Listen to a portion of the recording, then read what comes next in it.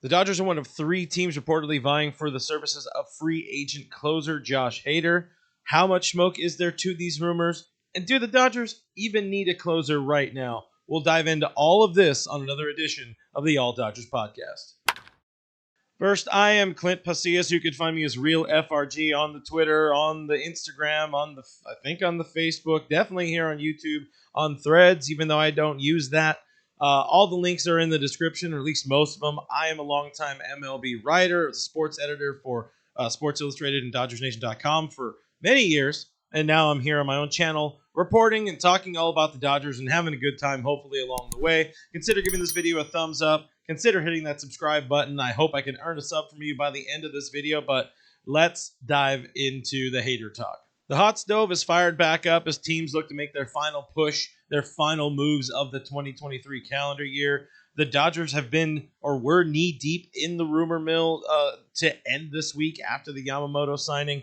The reports very recently once again linking Josh Hader, free agent closer Josh Hader, to the Dodgers. There was another report out of Japan fueling speculation that maybe Shota Imanaga may actually still have a chance of playing or pitching for the Dodgers, even after the Yoshinobu Yamamoto signing, which is pretty insane and pretty expensive to think about. So we'll save the Imanaga talk for another video, another time. For now, let's focus on Hader. So according to MLB insider Jim Bowden, who, of course, we love, the Yankees, the Rangers, the Dodgers are all in play on Josh Hader. One holdup in Josh Hader's free agency or for his camp at the moment is the money. He's looking to establish a new record contract for a closer. He wants to surpass the big, was a 5-year, $102 million deal that the Mets inked Edwin Diaz to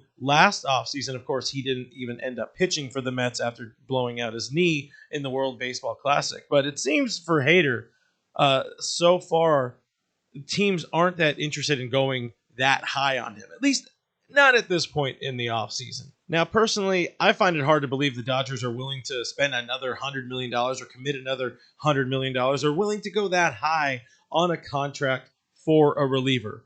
This front office has said they really like their bullpen unit. They said this shortly after free agency begun. They liked the guys they already had in place, and this was after losing Ryan Brazier, who was a big part of the bullpen, Shelby Miller, who was a big part of the bullpen. They really like the unit they have in place. On the flip side, if we're going to be pro Hader here for a second, look, if you were able to add an all-star caliber closer to the mix, you're only making the back end unit of that bullpen with Evan Phillips, Alex Vesia will throw in there, Brusdar Graterol, of course, Joe Kelly. You're only making them that much better. Now, where Hader fits in best, if he were to sign with LA, is, obviously, he gives the team a bona fide star closer, a 5-time All-Star, been there, done that sort of dude that can go in the bullpen. But he would also immediately give the team a legitimate left-handed option, the best left-handed option, arguably, in baseball coming out of the bullpen, which this team, on paper right now, very much needs. Last year was a journey for Alex Vesia, to say the least. He grinded his way to pitching to throw in a 4.35 ERA over 56 games. Of course, up and down from the minor leagues a couple of times. Fielding independent pitching ERA or FIP was much nicer to him at 3.66, but it still leaves a little bit desired for this team. And again, this is the team that signed Yoshinobu Yamamoto and this other guy, Shohei Ohtani. They signed these dudes this offseason. They're entering 2024 with sky-high expectations. And to see currently Vesia as the top left-handed option out of the bullpen, that's not ideal. Another one of the lefty guys, Caleb Ferguson, he opened the season on fire before things went really, really sideways for him. Over his final 45 games, he threw a 4.46 ERA. That was from June through September. He also seemed to fall somewhat out of favor with Dave Roberts as the season wore on, which for Dave, that's pretty concerning. I don't think Ferguson in the long run even wants to be a reliever anyways. Came up as a starter. He was drafted as a starter. He wants to start. But again, that's your number 2 left-handed option. That's Another one, not the most ideal situation. And the final lefty, Ryan Yarbrough, he figures to see more action in a starting role, opener role, bulk inning role. Uh, those more than that of a shutdown left-handed reliever late in games. So certainly there are more than enough reasons to want to add one of the top bullpen arms in the game. Someone like Josh Hader, who, by the way, was sensational last year, posting a 1.28 ERA.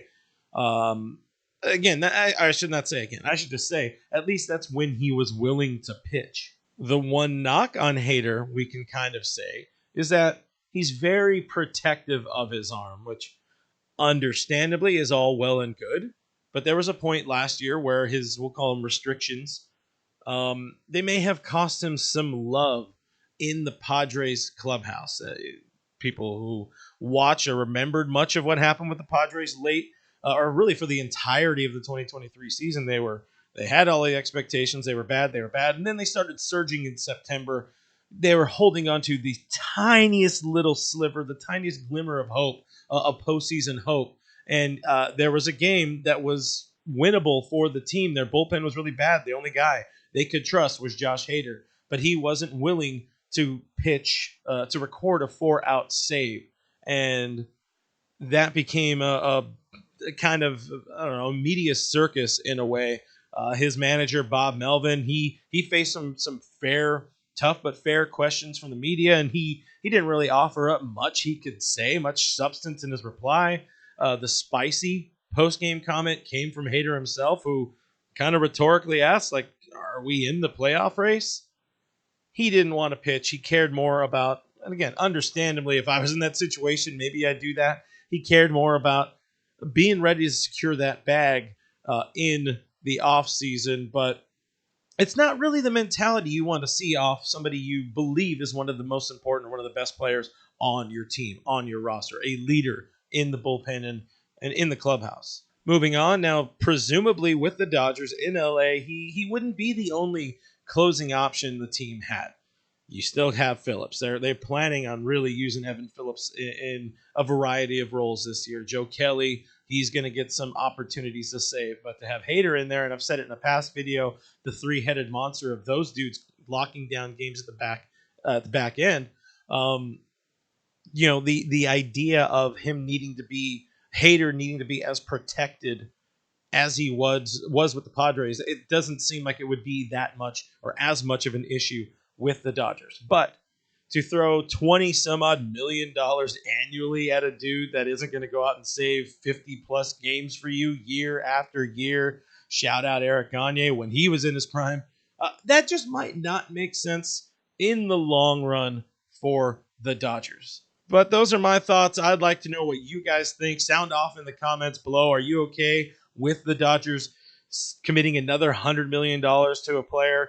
And that's before locking up somebody like a Walker Buehler, locking up somebody like a Will Smith, who they really need to look at extending? Or do you have the mentality of, hell, it ain't my money, I want a damn parade next year? Again, I want to hear from you in the comments.